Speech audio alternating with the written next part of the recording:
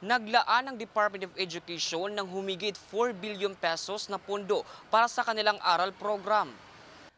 Nitong nakarang araw lamang, sinimulan na ng Department of Education o DepEd ang kanilang unang programa na tinatawag na Aral Program.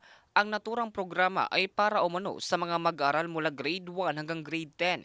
Sa tala ng Department of Education Region 8, aabot sa 853,510 ang kasalukuyang enrolled sa grade 1 at 10, kung saan sa bilang na ito ay sasailalim ang humigit 343,920 sa academic recovery ang accessible learning o aral, kabilang umano sa 4 billion pesos na pondo ang mga libro, kagamitan para sa mga tutors at mag-aaral, kabilang din umano dito ang mga magandang pasilidad.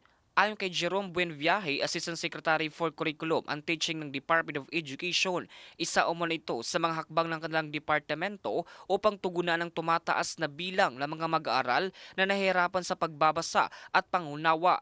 Ang budget natin sa aral program, if I'm not mistaken, as at 4 billion, no, for the entire country. Pero 'di ba budget season ngayon, ano?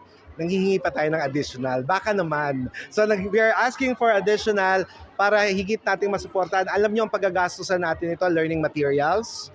Though ready na yung learning material, yung printout niyan, sasagutan ng mga bata, magbabayad din tayo sa ating mga tutors. So yung mga teachers natin sa paaralan, magkakaroon sila ng overload pay, no? Tapos pwede rin tayong kumuha ng tutors outside. Kaya kung halimbawa, retired kang teacher, gusto mo pa rin tumulong sa DepEd, pwede tayong maging tutor. Yung mga teacher education institutions natin, yung mga nag-aaral for teachers, no? Pwede rin silang tumulong. At any professionals na I think may heart sa education. At mula dito sa himpilan ng Bombo Ray Tacloban, ito si Bombo Jake Pagipo, and this is Bombo Radio Philippines, the #1 and most trusted source of news and information. Basta Radio, Bombo!